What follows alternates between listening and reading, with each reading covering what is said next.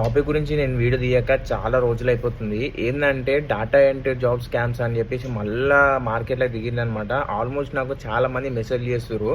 ఏంటంటే అన్న ఇట్లా ఫ్రాడ్ అయిపోయింది, ఇట్లా అమౌంట్ కట్టమంటారు, ఇట్లా టార్గెట్ ఇచ్చిర్రు, అది ఇది అని చెప్పేసి చాలా చెప్తున్నారు అనమాట.